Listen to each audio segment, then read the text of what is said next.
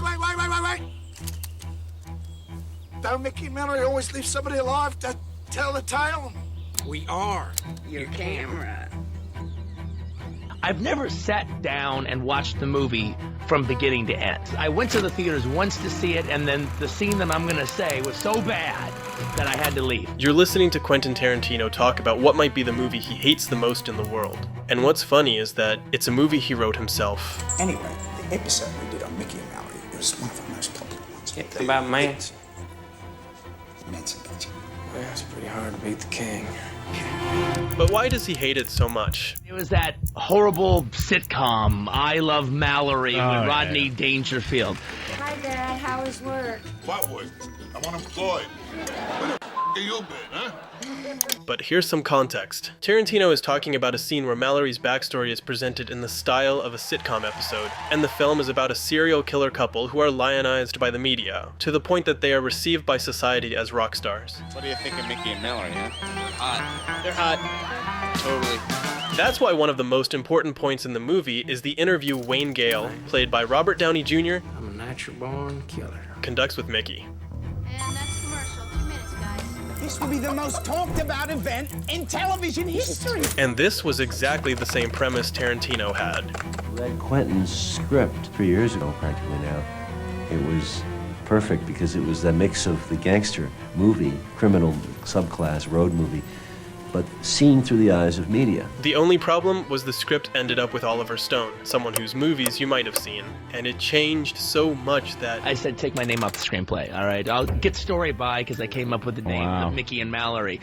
I gave up money for integrity because I just didn't want anyone to think I wrote that. After hearing this, I couldn't help but wonder what made Tarantino so angry. So I read his version of the script. And honestly, there are a lot of changes, and I want to talk about that. However, to really get what went down, I gotta go. we need to rewind to the beginning. Let's just lighten up and go for a summer action movie. That was my initial impulse. This Tarantino script is great. We'll play with this, John. We'll have fun. We'll do something Arnold Schwarzenegger will be proud of. Let me just swing the camera around and do my little wrap-up. I know you're probably wondering how Tarantino left his script in the hands of someone with such a different take on filmmaking. You know, younger 90s filmmakers, I'm a little surprised that they think violence is cool and hip. Why the need for so much gruesome, graphic violence? Why not let us have Because it's so much fun, Jan. Get it? Which is fine for a couple of, you can make a couple of films like that, but I can't see that making a career out of it. Morally, it's a repugnant point of view to me because I've been in Vietnam, I've seen the effect of guns. But here's the thing. You might fill me in on what I missed. Back in the late 80s, Tarantino was trying to get his first movie off the ground, which at that time was supposed to be True Romance for $1 million. After a certain point, I said, okay, this isn't going to happen. The reason it's not going to happen is because I tried to get too much money when I haven't done anything. Who's going to give me $1 million? Don't you want to count your money? So he knew he had to come up with something cheaper. So then I wrote Natural Born Killers. The whole idea was, okay, I'm going to write Natural Born Killers and I'm going to raise $500,000. But he still couldn't get it made, so he sold both scripts for rock-bottom prices to fund a movie you've probably heard of. And so True Romance was written to be my first movie. Couldn't get it going. Who are these guys? Then I wrote Natural Born Killers to be my first movie. All right, couldn't get it going. Then I wrote Reservoir Dogs to be my first movie. Got it going. By this point, you've probably guessed that he didn't sell the scripts because he wanted to, What do you need from me? You need money? but because he had to.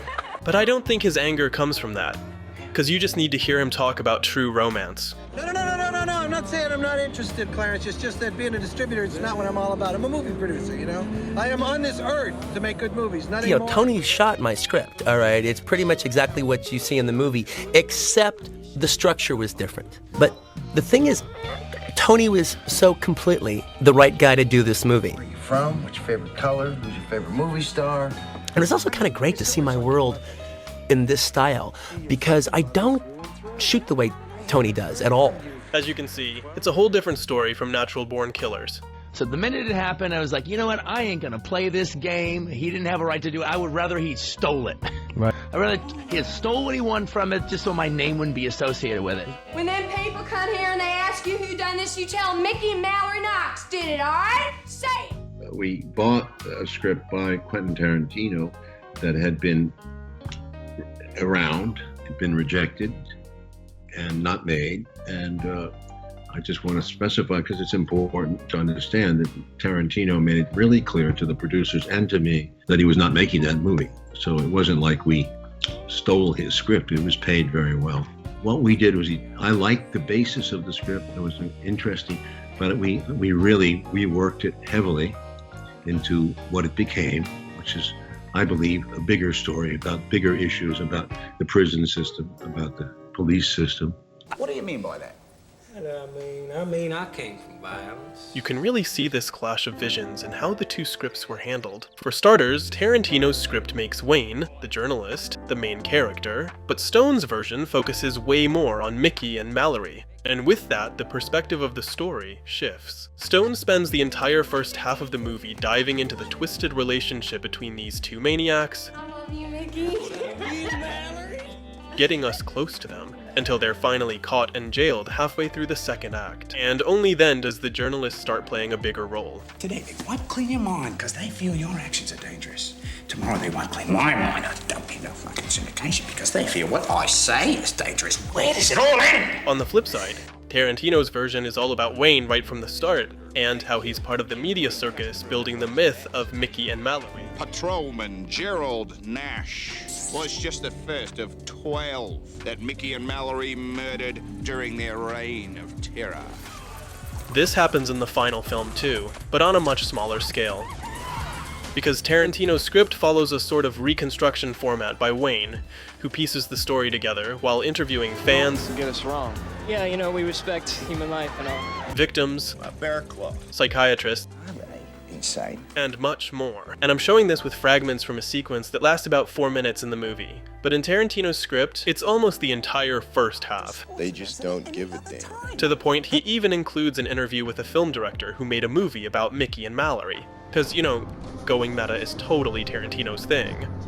All the little scenes I had been writing up until this time had, you know, characters talking about movies and stuff. And I think that scene says a lot, because Tarantino isn't really concerned about what makes the characters act the way they do, like Stone is. Instead, he's more into how the whole system builds their story. It's junk food for the brains. It's, you know, filler, fodder, whatever. Look, just fill to the interview, okay? Keep saying that word. Live interview with Wayne Gale. And how our fast food culture turns them into icons, no matter how bizarre they are. You ain't seen nothing yet. That's why in his script, everything centers around the journalist prepping his interview in his reenactment shows. Less of the shrink. Keep the teens, keep the long hairs. I love the... It's like his satire is mocking how messed up we are as a society. But the main difference is in how each director portrays these characters. No one is born evil, Mickey. It's something you learn. What about your father? You see, Stone digs into their origins to help us understand them. It's in my blood. My dad had it. His dad had it. It's all just my fate. Fate, boy. Exploring the past and focusing on the causes behind their behavior and personality. And don't tell me what to do. In his version, Mickey and Mallory come off as more human and relatable, and sometimes even a bit pathetic.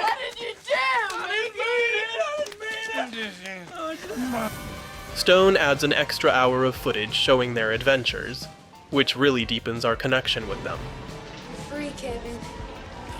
Oh, and wanted more. I guess I was born. In contrast, Tarantino's rendition makes them more enigmatic and captivating by limiting their presence to only appearing in the prison or in flashbacks. His whole script revolves around them, but they actually have less screen time because they're not the protagonists, and the story isn't even told from their perspective. They turn into those classic, cool Tarantino characters. You're Jimmy, right? This is your house? Sure is. I'm Winston Wolfe. The kind that leave you wanting more every time they show up. Spoken like a true prodigy. And even when you read his script, Mickey's interview is gripping. Every word and pause is filled with suspense, and we're just as curious about what he's going to say as the show's audience. We got species killing other species, our species killing all species, including the forest, and we just call it industry, not murder. Basically, Tarantino's approach works by keeping Mickey's iconic, almost mythical status. What's the answer? Because the less human he is, the better. So go for it. But Stone's way is more about grounding Mickey and Mallory, offering a more humanized portrayal. And I think that scene that annoyed Tarantino so much, where Mallory's life is shown as a sitcom, really ties into this idea. Stone not only digs into the root causes of Mallory's trauma, coming from a messed up family and a father who did the worst thing a father can do to his daughter. Some coming up after to see how clean you are. But he also amplifies the concept of media oversaturation to its extreme. By turning the most private and painful aspect of Mallory's life into the most televised and digestible format, with canned laughter whenever the father does something horrible, it becomes pure satire. Because, in a way, Stone is playing with the absurdity of turning real tragedies into entertainment. Call the cops! Come on! Of course, it's a ridiculous scene, and maybe that's why it bothers Tarantino so much, but it fits perfectly with the film's message. Hold that thought. Because if Tarantino wrote a script about the construction of bizarre pop culture icons, Stone made a movie about what shapes the people behind those icons.